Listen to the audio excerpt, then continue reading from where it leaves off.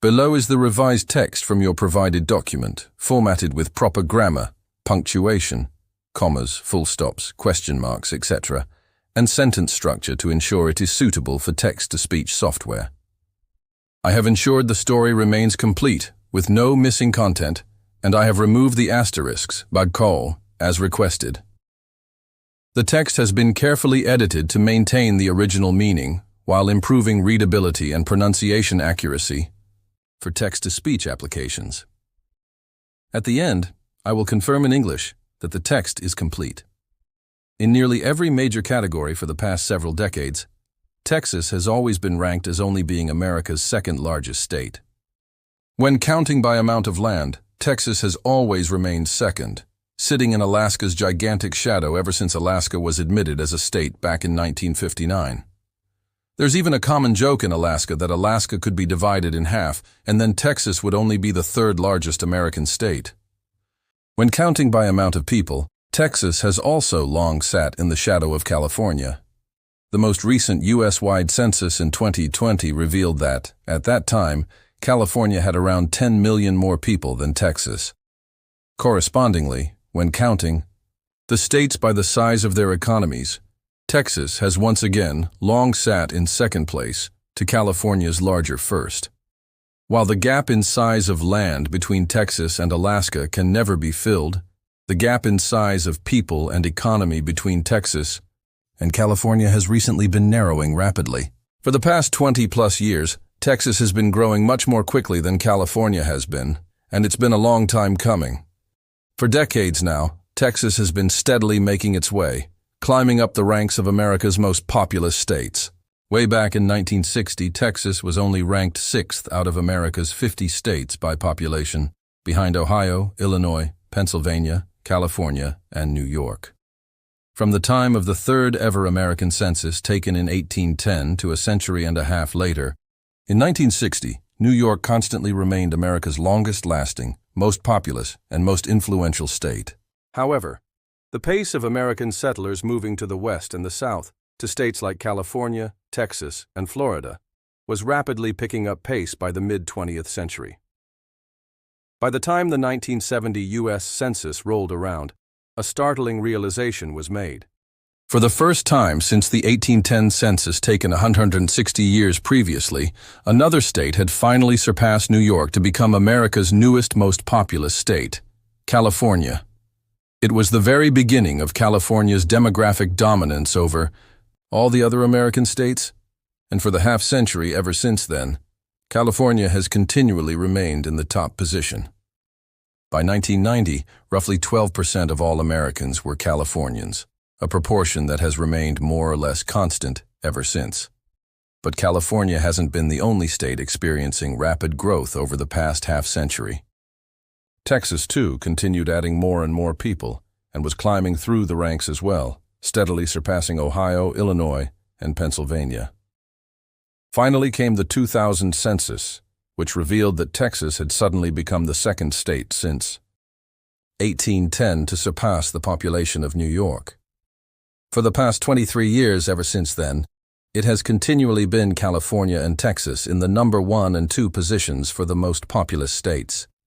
However, Texas has been spending these past 23 years growing at a much faster rate than California has been.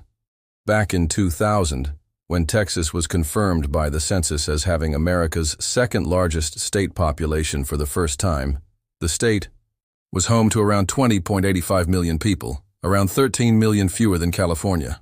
But over the next 20 years, California would only add around 5.6 million additional people to its population to hit its 2020 census-designated population of around 39.5 million. Conversely, Texas added an additional 8.25 million people over those same 20 years to reach its 2020 census-designated population of around 29.1 million. That means that within the first 20 years of the 21st century, the gap in population between the two states had narrowed from 13 million to just 10.4 million. And it's narrowing even faster after 2020. Year after year, for California's entire history since being admitted as a state, it knew nothing other than growth, with more people calling it home with every passing year. But beginning in 2020, after the COVID-19 pandemic struck the state along with the rest of the world, the previously unthinkable began to happen. For the first time ever, California began to actually lose people. In the 2-year time frame between April of 2020, right after the pandemic gripped the country, to July of 2022, the California state population declined by an estimated 500,000 people.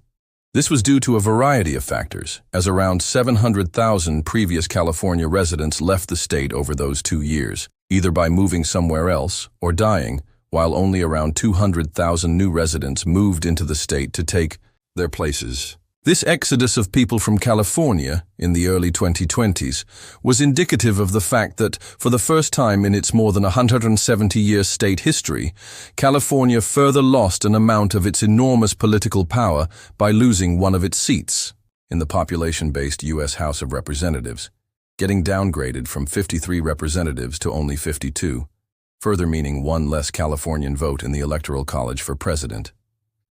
But the situation in Texas since the COVID-19 pandemic began could not be any more different. Over that same 2-year period between April of 2020 and July of 2022, the Texan state population increased by 884,000 people, more than the entire population of San Francisco proper. Relative to California's loss of around 500,000 people, the Texan state population narrowed its gap with California in only 2 years by nearly the same amount it took an entire decade to accomplish beforehand. As of now, in 2023, California's population is estimated to be sitting at around 39 million people, while Texas is projected to be sitting at around 31.2 million, a total difference now of fewer than 8 million people.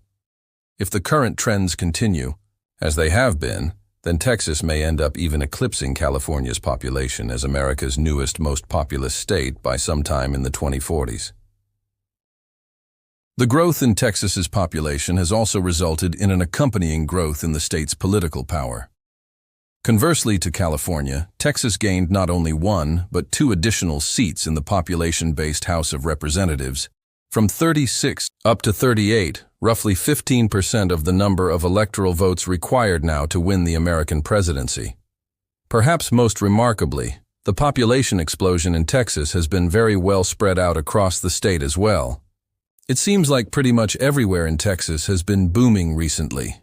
Dallas-Fort Worth, or DFW, a large urban metropolitan area in the north of Texas, has added nearly 1.5 million people to its population just since 2010. With around 7.8 million people now calling it home, DFW is the 4th largest metropolitan area in the entire United States, with more people than the entirety of Washington state. Perhaps even more remarkably, DFW is likely all set to surpass Greater Chicago as America's 3rd largest metropolitan area within only a decade from now, sometime in the mid-2030s, at which point it will only remain behind Los Angeles and New York City. But DFW is far from the only urban area of Texas that has been booming with people recently. Millions more have moved to the state's other major cities in Houston, San Antonio, and Austin, in an emerging densely populated mega-region that is being called the Texas Triangle. The Triangle only takes up less than a quarter of Texas's total land area and is roughly comparable in size to the state of Georgia, and yet it already contains a population of more than 22 million people, or about 3 out of every 4 Texans. It contains America's 4th, 7th, 9th, 11th, and 13th largest cities and is the 4th most heavily populated mega-region in the United States, behind Southern California, the Northeast megalopolis, and the Great Lakes. By sometime in the 2030s, the Texas Triangle's population is projected to equalize with Southern California. Unlike those other 2 largest regions in the Northeast and the Great Lakes, the Texas Triangle is mostly all contained within just a single state's borders. There are ultimately many factors for why so many people have been moving to Texas and the Texas Triangle specifically, but one of the largest has been the rapidly expanding Texas economy, the huge number of jobs that it has created, and the relatively affordable cost of living and doing business in the state. Between 2010 and 2021, the population of Texas grew by 18%. But the economy of Texas grew by a whopping 39% over that same time period. a rate that was approximately 1.5 times faster than the U.S. national average rate of economic growth over the same time. As of 2023, the Texas state gross domestic product, or GDP, stands at a towering $2.35 trillion US dollars, meaning that if Texas were an independent country, it would be the world's 8th largest economy when measured by nominal GDP, ahead of heavy hitters like Italy and Canada. For now, though, the Texan economy still sits beneath California's gigantic economy of $3.6 trillion. But if Texas can continue growing its population base at a faster clip than California, as it has been for the past 23 years, for how much longer? Will California remain the top U.S. state economy? There are already plenty of signs that it might not be very long at all. Texas already dramatically leads the 50 U.S. states in terms of exports. In 2022, Texas exported a whopping $486 billion worth of products, about a quarter of all of America's exports combined, in an amount that was higher than all of the exports of California and New York put together. Part of the reason why droves of people have been relocating to Texas recently has been because of the droves of companies relocating to the state before them. In just the few short years since the COVID-19 pandemic began in early 2020, about 140 major companies have relocated their headquarters to Texas, and more than 40% of those companies relocated from California. Some of the biggest companies that did so since 2020 that got the biggest headlines included Oracle and Tesla, which relocated from California to Austin; Charles Schwab, which relocated from California to DFW; Hewlett-Packard Enterprise, which relocated from California to Houston; Caterpillar, which relocated from Illinois to DFW; and McLaren North America, which also left New York for DFW. Besides all these corporate headquarters relocating to Texas since 2020, other major companies have begun to significantly increase their office presences in the Lone Star State as well. Apple's new $1 billion campus in Austin will become the company's second-largest corporate office space in the world when completed, with more than 5,000 employees, remaining only behind their primary headquarters in Apple Park in Cupertino, California. Google and Meta each likewise significantly increased their office spaces in downtown Austin as well, with thousands of new employees apiece and shiny new office towers before the tech slowdown caught up to them in late 2022.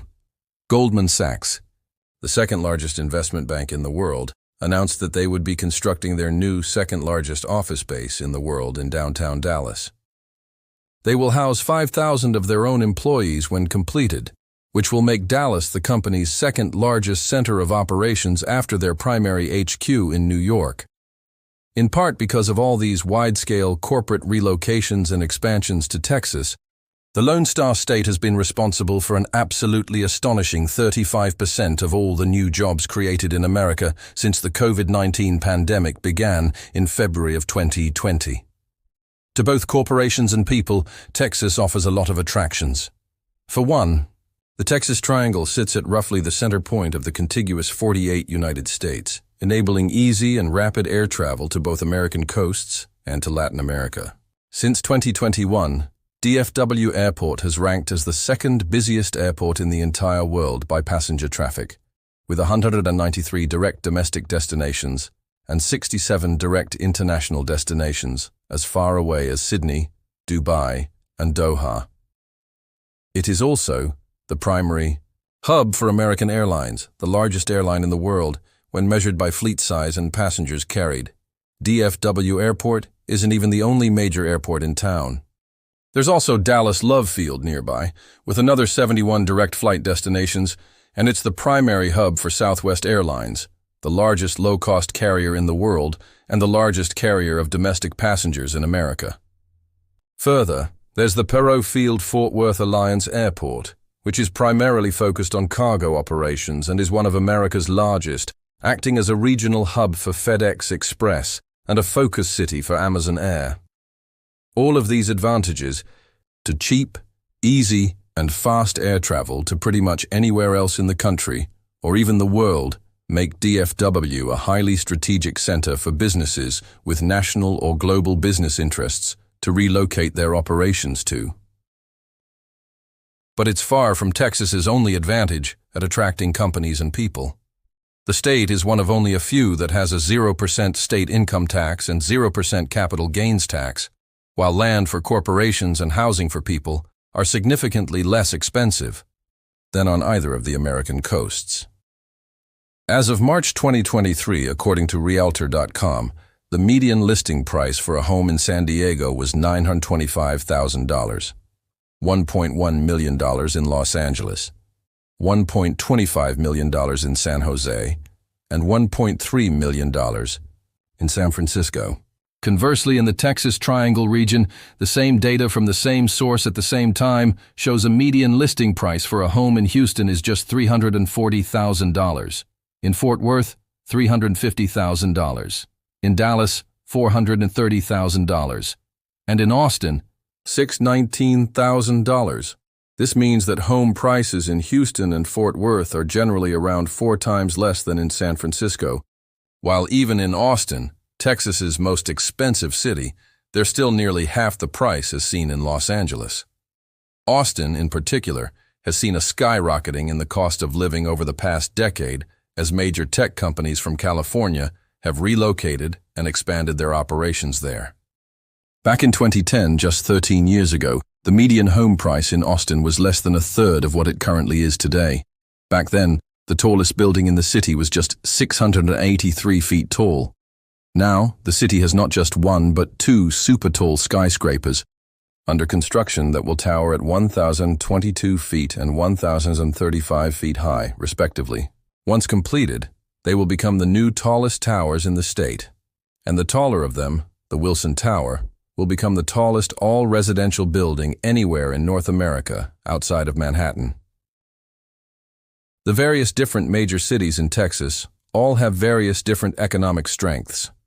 Today, tech is concentrated around Austin, finance is centered around Dallas, energy is based around Houston, while aerospace, agriculture, and other industries are well spread out all across the state. In total, there are now 54 of America's Fortune 500 companies that are headquartered in Texas, more than in California, or indeed in any other state. While there are many factors that led Texas to this leading business position, the most important of all, and the biggest reason for Texas's increasing position as America's most important state, are its enormous oil and gas resources, its energy, industry, and its recent technological innovations. If there's anything that Texas has long been synonymous with, it is the oil industry, an industry that since the 2010s has become perhaps America's most geopolitically valuable domestic asset. The oil industry in Texas dates back to the turn of the 20th century. In 1901 back then, the whole state's population was barely more than 3 million people. It was completely rural, without any major cities to speak of, and the largest industries were simply timber and agriculture. But in 1901, a discovery was made in the town of Beaumont in East Texas that would change the destiny of Texas and of America forever, the largest oil field ever discovered in the world up to that point. Though its size has long since been eclipsed by many future discoveries, the discovery at Beaumont set off an oil frenzy across the whole of southeast Texas. It soon became apparent that that wasn't even the only location in the state that had a lot of oil. Additional huge oil finds were suddenly being made in the south of the state, in the north of the state, and then, in the 1920s, came the biggest find of them all in the west of the state, in an area that would later become known as the Permian Basin. Within less than half a century of the initial huge discovery of oil in the state in 1901 to the end of World War II, Texas had emerged as the dominant producer of oil in America, and America had emerged as by far the world's largest producer of oil. With that came immense geopolitical power and influence. During World War II, the United States provided nearly 6 out of every 7 barrels of oil that the Allies collectively used fighting against the Axis powers, and Texas provided the lion's share of them. In only 30 years, between 1900 and 1930, the populations of more than 5 towns in Texas exploded by more than 100% and became the fastest-growing cities in America during the entire early 20th century, as millions came to strike their fortunes. In only 30 years from the initial big discovery of oil in Beaumont, the whole state population roughly doubled. By the end of World War II, Texas had transformed from a predominantly rural state into a heavily industrialized one, with many of America's largest cities. For all intents and purposes, Texas was essentially a contained petrostate within the United States, because the oil industry effectively became the whole economy. But shortly after the Second World War, Texas and America's dominant position in the global oil industry steadily began diminishing. As the post-war economy boomed and more Americans began moving out away from cities and into heavily car-dependent suburbs, the demand for oil in the country shortly began to outpace America's own production. In 1946, the first large-scale shipment of oil from the Middle East, specifically from Kuwait, arrived on America's shores to help meet the growing demand. By 1948, the country had tipped into being a net importer of oil for the very first time, and America's dependence on outside sources of oil would only continue growing ever greater for decades. The 1970s showed everyone in the United States how geopolitically vulnerable this new situation made the country. By 1970, American oil production had peaked, and by 1972, an overwhelming 83% of American oil imports were coming from the oil-rich countries of the Middle East. Then, due to American support for Israel against the combined armies of Egypt and Syria during the 1973 Yom Kippur War, OPEC, the Organization of Petroleum Exporting Countries, decided to embargo the United States and other Western allies of all of their supplies. The price for gasoline in America subsequently skyrocketed more than fourfold, as long lines at gas stations became the norm for everyone. America's home economy, largely based around fossil fuels as an energy source, was vulnerable to being attacked by outside powers who controlled most of the world's supply. As America's own domestic oil production kept decreasing, but demand kept increasing, America's foreign policy was being forced into becoming increasingly concerned with geopolitical events taking place far away from home in the Middle East and the oil-rich Persian Gulf, where more than half of the world's known reserves of oil were located. By the end of 1973, President Richard Nixon vowed that America's primary goal moving forward would be to achieve complete energy independence from the rest of the world within a decade, so that a situation like the Arab oil embargo could never threaten the United States economy ever again. It would end up taking well over 40 years to actually more or less do so, and in the meantime, things weren't looking very good. By 1974, the gigantic Permian Basin in Texas had reached its peak production and was providing nearly 1/4 of America's entire supply of oil. But from then on, production in even the Permian began steadily declining, as the conventionally easy-to-access oil in large pools beneath the surface began running out. Then, the 1979 Islamic Revolution in Iran transformed that country from one of America's greatest allies to one of its greatest enemies, and therefore removed access to Iranian oil reserves from America's economy, further constraining America's supply. Somewhat paradoxically, Texas momentarily benefited tremendously from the rise in global oil prices across the 1970s, as production in the state was still pretty high, and oil was the state's primary industry. The skylines of Dallas and Houston boomed dramatically during this time period. But then, in the 1980s, the price of oil finally fell out and collapsed.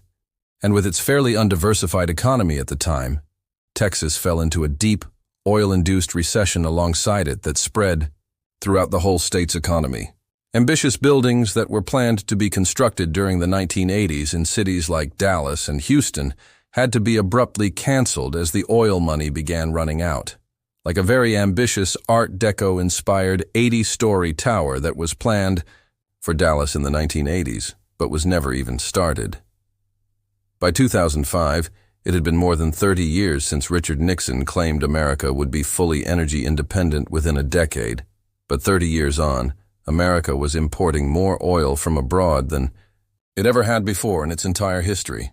60% of America's oil consumption was coming from imported sources from abroad, though by this point, only 20% of those imports were still coming from the Middle East. Nonetheless, nearly everyone back then believed that America's oil imports would only continue growing even higher.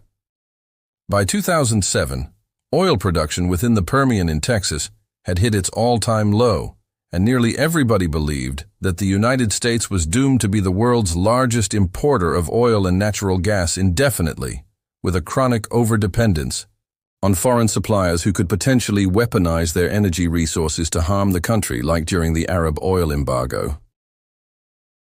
But then, as if out of nowhere, a technological revolution in the oil and gas industry, beginning in Texas, started to quickly change everything, just like it had originally done a century previously back in 1901.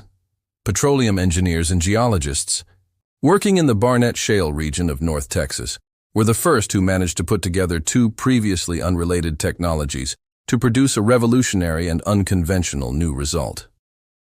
They had combined horizontal well drilling with hydraulic fracturing, and in doing so, came up with a new, if slightly misleadingly labeled, technique called fracking. Fracking ultimately enabled energy companies to do what was previously believed to be impossible: economically harvest petroleum resources like crude oil and natural gas out of non-porous sedimentary shale rock deposited hundreds of millions of years ago beneath the surface of oceans. As it turned out, Texas was once covered by an ocean many hundreds of millions of years ago, and so the state consequently had a massive amount of petroleum-rich shale rock deposits beneath its surface, ripe for the new fracking technique to exploit. From the Barnett Shale region in North Texas, tens of thousands of unconventional fracking wells began suddenly getting drilled all across other newly discovered shale plays, like the Eagle Ford sedimentary basin running through South and southeastern Texas. Then, all eyes began once again turning back towards the gigantic Permian Basin over in West Texas. In 2012, the first successful horizontal shale well was drilled in the Permian, and the fracking boom had come to what had once been America's greatest oil field. As it turned out, the Permian, too, was absolutely covered with previously inaccessible petroleum-rich shale rocks beneath the surface. As a result, in a period of just 7 years, from 2007, when the Permian hit its lowest point of production, to 2014, Permian oil production more than doubled, from 850,000 barrels a day to more than 2 million, and it was once again accounting for a full quarter of America's entire production of oil.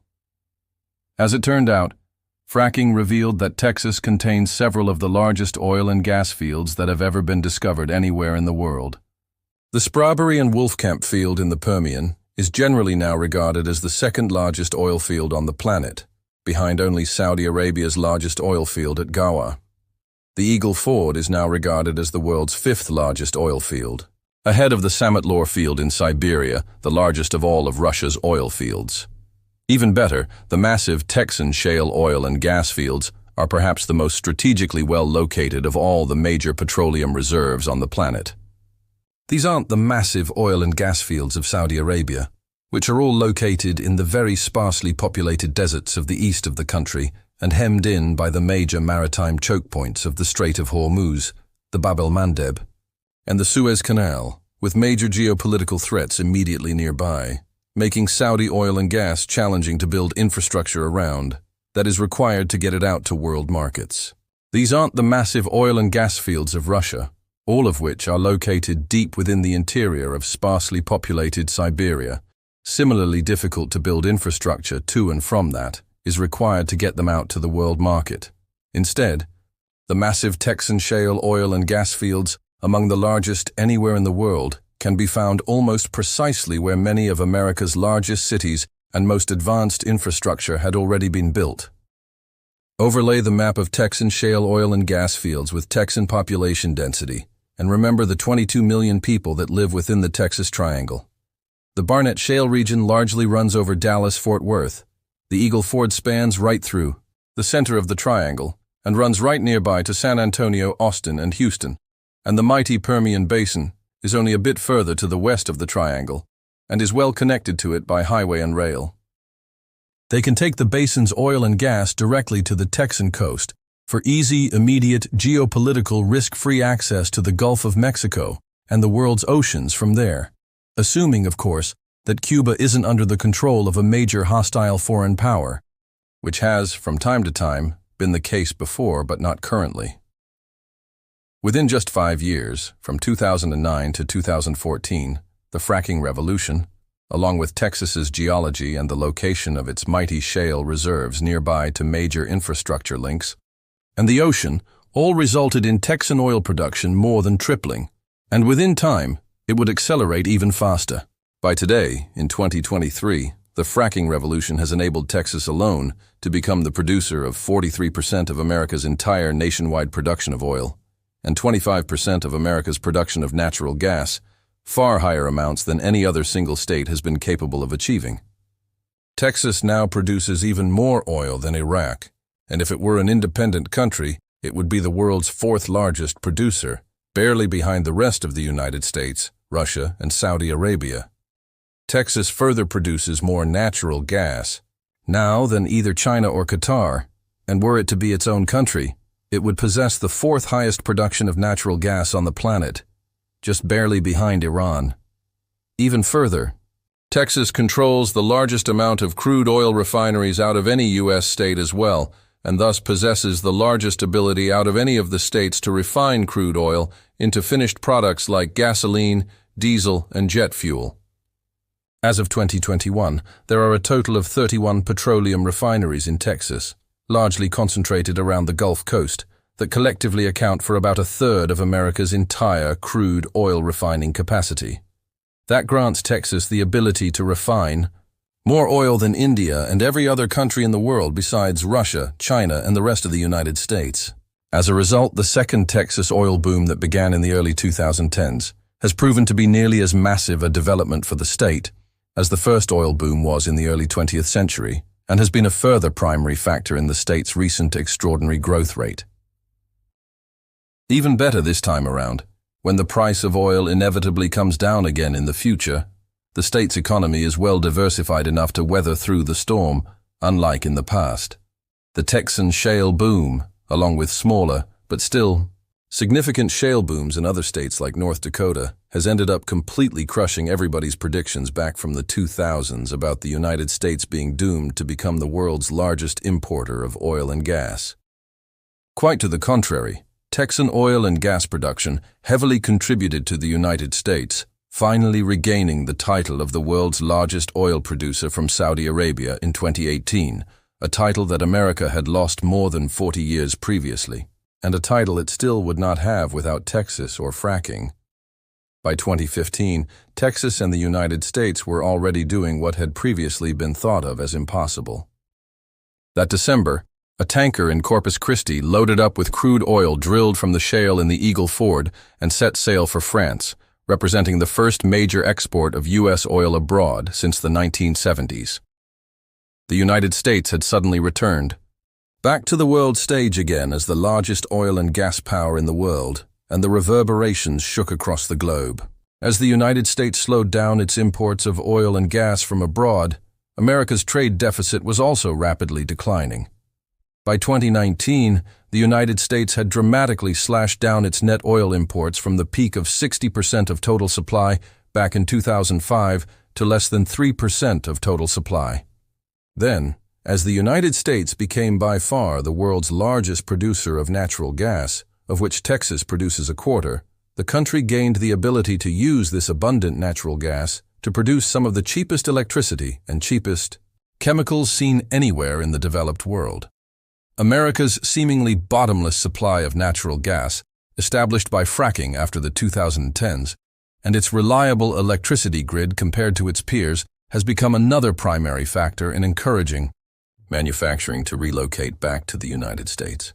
Specifically, manufacturing and chemical firms have been largely relocating their operations from abroad to the Gulf Coast region around Texas and Louisiana, where the gas and electricity rates are so insanely cheap since they're right by the sources of the gas, and from where the ability to export finished products to the rest of America and the world is so good that even some Chinese companies have relocated their manufacturing operations there because the cheap electricity and cheap shipping costs outweigh the relatively cheaper Chinese labor. Then, of course, there are the geopolitical advantages to America once again producing the highest amount of oil and gas in the world.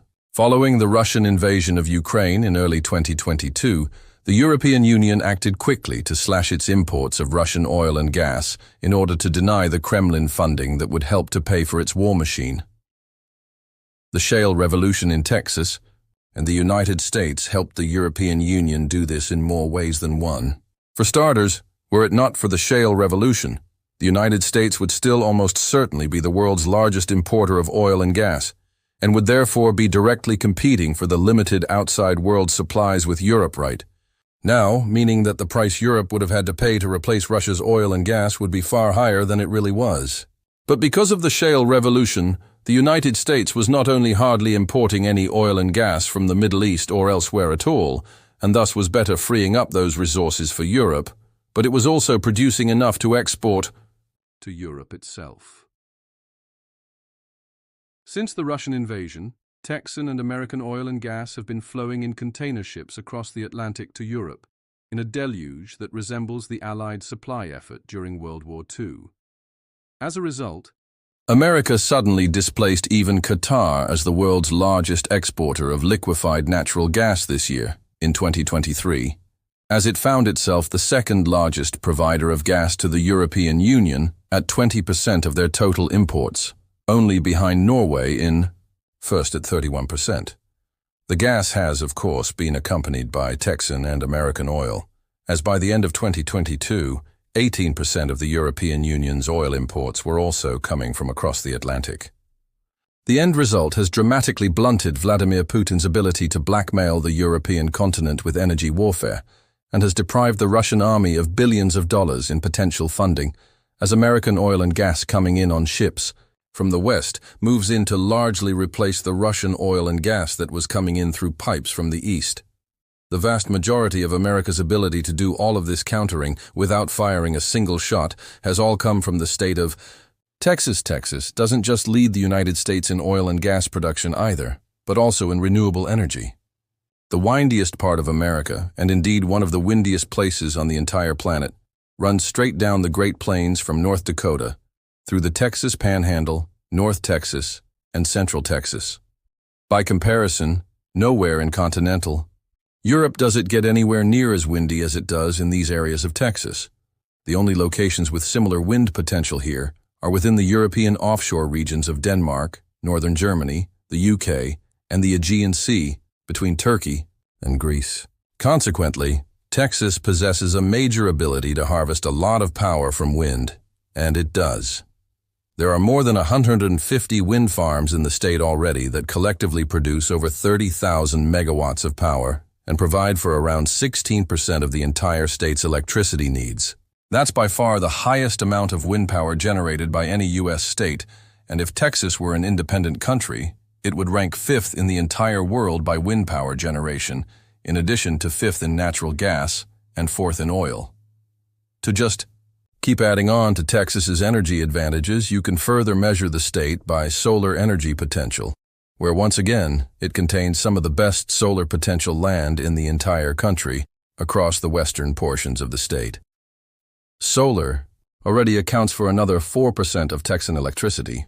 Wind, solar, and nuclear combined provide for around a third of Texas's total electricity needs and are growing greater all the time, enabling the state to export even more of its vast oil and gas supplies to other states and other countries who need them more.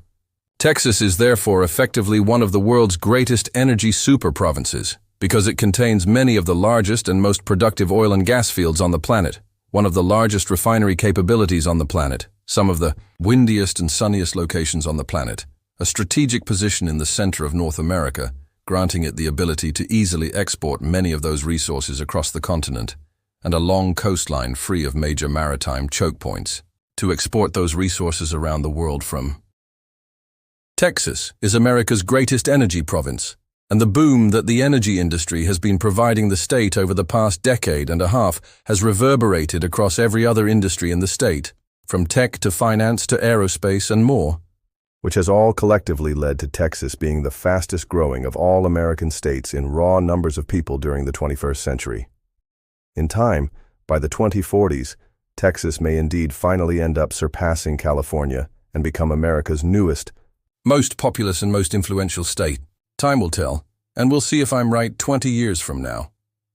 Now, as a nearly lifelong resident of Texas myself, I'm prepared to admit that I may be a little biased towards my home state in more ways than one, especially when it comes to the state's food scene. Tex-Mex and barbecue have both pretty much always been my favorite genres of food ever since I was little. And today's sponsor, HelloFresh, offers a plenty of choices in both, with recipes ranging from these Tex-Mex enchiladas to these cheesy Tex-Mex stuffed peppers to bacon, jalapeno mac and cheese, and so much more. Taking yourself to a grocery store and painstakingly searching for everything you need or want, and then driving back home takes up a lot of time and effort. But HelloFresh greatly innovates on that inefficient model by shipping precisely what you want in the exact quantity you need directly to your front door.